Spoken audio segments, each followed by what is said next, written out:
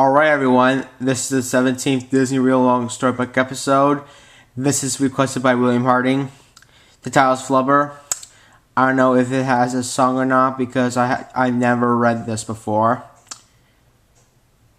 The narrator of the storybook was Corey Burton. Let's do it.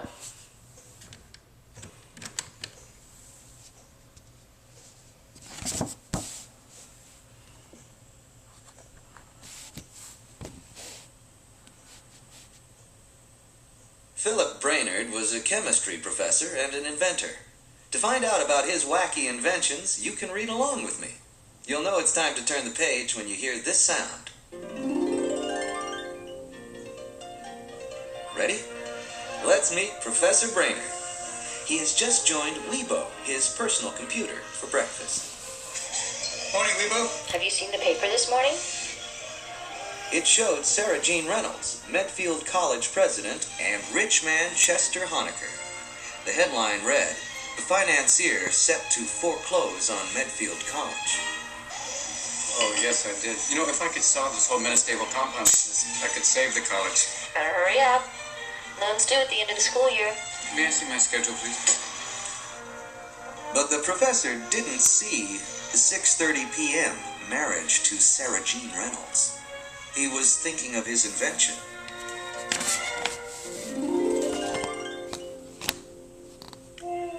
Sarah Jean Reynolds was modeling her wedding gown for her secretary, Martha.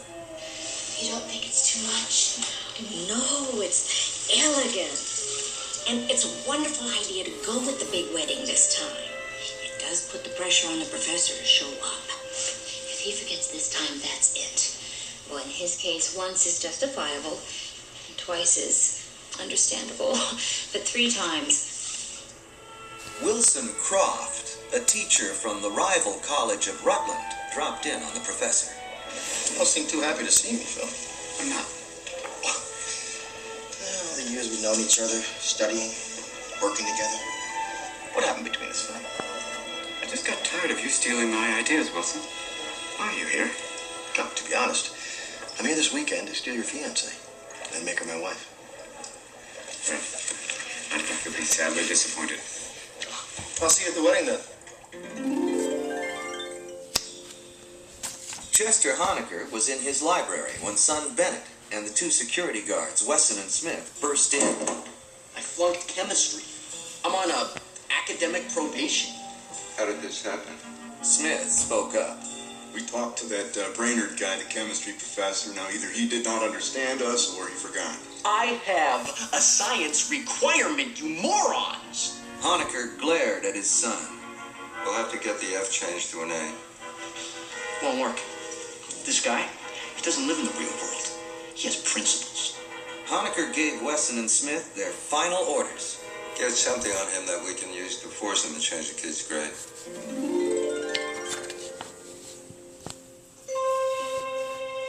That evening, Weibo was helping the professor get ready for the wedding. Suddenly, he threw off his tuxedo jacket and ran to the basement. But if you go from hot to cold very quickly, you get a conductive polymer, and you complete the metastable sphere. Inside a small tank, 2 fluids were mixing. Behold! There it is! Now it'll work. He called to Weibo. It's ready! The professor attached 2 wires to the terminals. Just a little electricity.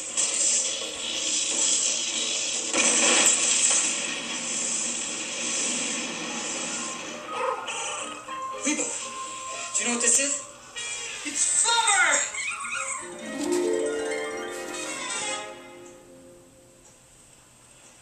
Sarah stood alone at the church altar, waiting for the professor. From the 3rd pew, Wilson Croft looked on. Later, after everyone had given up and gone home, Wilson met Sarah on the church steps. I'm sorry, Sarah. Are you going to tell me I told you so? No.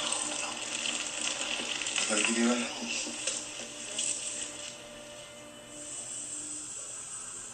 Across town, the professor was now working on fluid flubber. The green goo ricocheted around the basement, smashed through a window, bounced up and down the neighborhood, and sailed back through the window. The professor caught it in his catcher's mitt.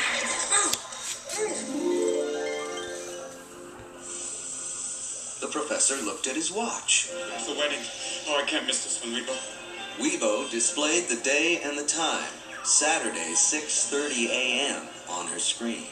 I'm aware of the time, thank you. But your days are wrong. I'm getting married Friday, 6:30 p.m.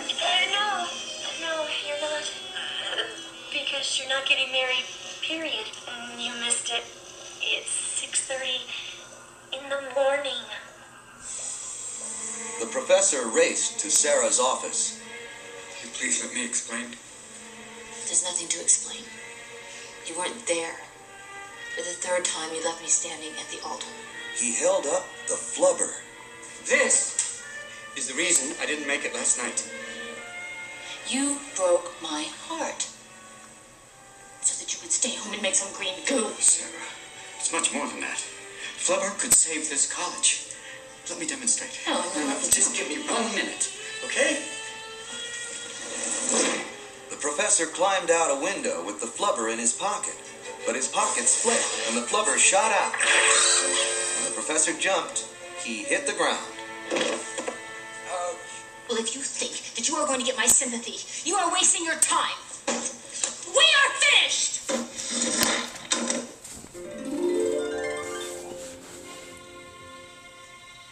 As the professor was testing the fluid flubber, Honecker's guards were spying on him through the basement window. He lathered a golf ball with the stuff and let it fly. It conked Smith in the head. The golf ball was really moving. How do you do that? Then Wesson got banged with a bowling ball. You seen enough? Play. As the guards hurried away, the professor sprayed the driveway. It vaulted them into the sky, and then it crashed down into a tree. Next, the professor put fluid flubber into his T-bird and flew to Sarah's. Wilson Croft was there. The professor landed his car on Sarah's roof and listened to them. It's such a pleasure to spend time with you, not having Brainerd hovering above us. Listen, I'm driving up on Thursday to Rutland for the game. Should I make dinner reservations? And since Rutland is going to lose, I'll pay. All right. If your team wins, you can buy me dinner. If your team loses, we go up to the mountains for the weekend.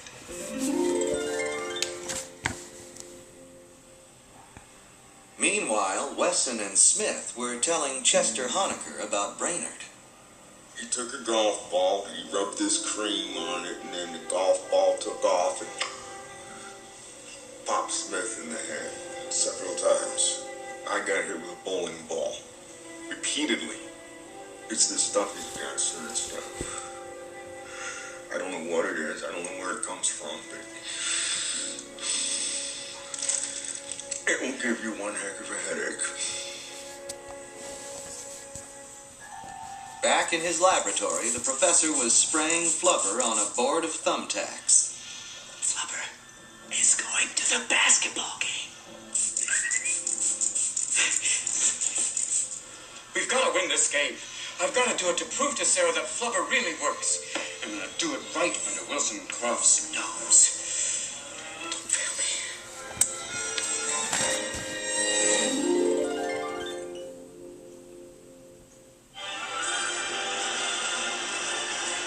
It was the big day.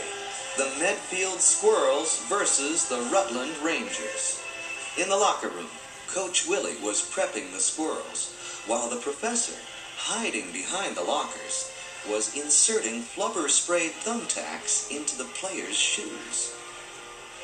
Okay, Rutland may have us in height and reach, weight and power, agility, speed, and talent.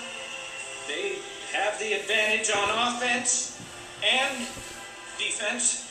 Sure, they're better coached, better trained, and their will to win is unmatched in the conference.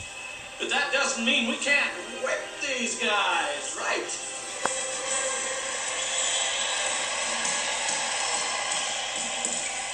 By halftime, Medfield was getting smeared 54-3. Some of the fluid Flubber had rubbed off the thumbtacks. As the squirrels filed off the court, Professor Brainerd gave them another dose by applying it to his hand and high-fiving each team member. Be a flying squirrel.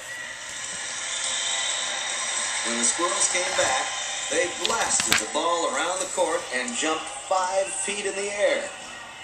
Wesson and Smith, in their seats with Chester and Bennett Honecker, recognized the work of Brainerd.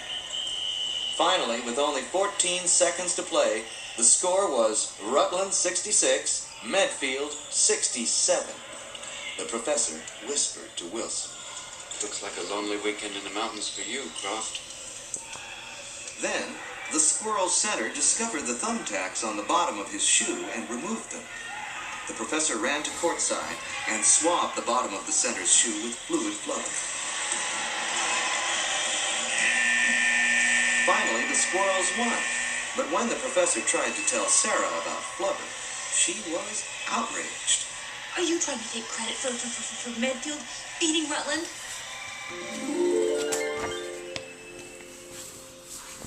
The professor was heartbroken. When he got home, he spoke to Weebo. Truth is, Weebo, I might have some money because I'm selfish, crazy, or inconsiderate. I'm absent-minded because I'm in love with Sarah. Without the professor knowing it, Weebo recorded his feelings and played the tape back for Sarah. It worked. To talk things out, they took a ride in the T-Bird. When they returned, Honecker, Wesson, and Smith were in the professor's garage. There's a lot of money in your discovery. Perhaps we could make a deal. Any discovery I make will belong to Medfield College. At the end of the term, there isn't going to be a Medfield College. I'll forget the debt right now. No, I'm not selling. The next day, the professor and Sarah demonstrated the flying car to Pacific Aerospace, and a deal was sealed. Meanwhile, Wesson and Smith have broken into the professor's house, destroyed Weebo, and stolen the Flubber.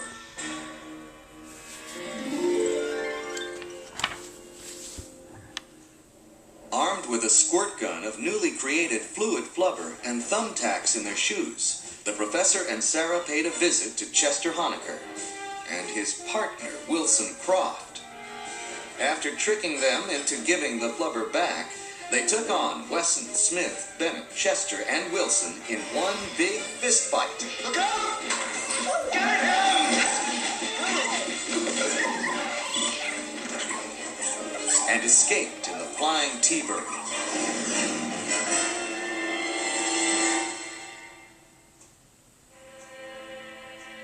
After the battle, the professor and Sarah went home to Weebo. Can you fix her? I can make repairs, but I can never bring back the life she had. What was that word she was displaying on her screen at the end? Began with S. The professor typed the word in and found the file. It was written to the professor. Hello, Philip. If you're watching this, I'm no longer here. I hope my demise didn't cause you any undue distress. A full and complete design of me is in this file. You didn't forget it. I never showed it to you. I've made a few changes. I've removed a few of my flaws and added a little of you. I hope that you can love my daughter as much as I loved you. So, Philip created Weebo's daughter, Weebette.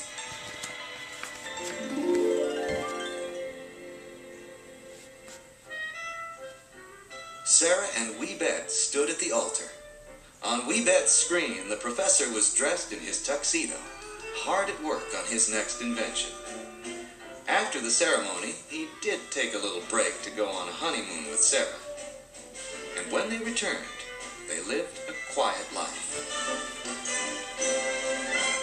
That is, until the professor's next invention.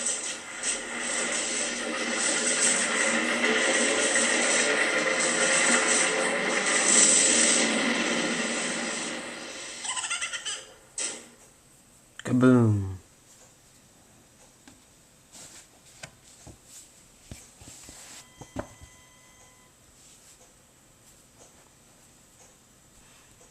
I'm waiting for this tape to end. You gotta be really patient. There we go. This Disney Really Long Storybook episode is interesting that I really made. There is no song in the read along book. Actually, there's no read along. Actually, no. There is no song in this book. This is Zachary Donaldson signing out. Thanks for watching. Please subscribe and stay tuned for more videos coming soon in the near future.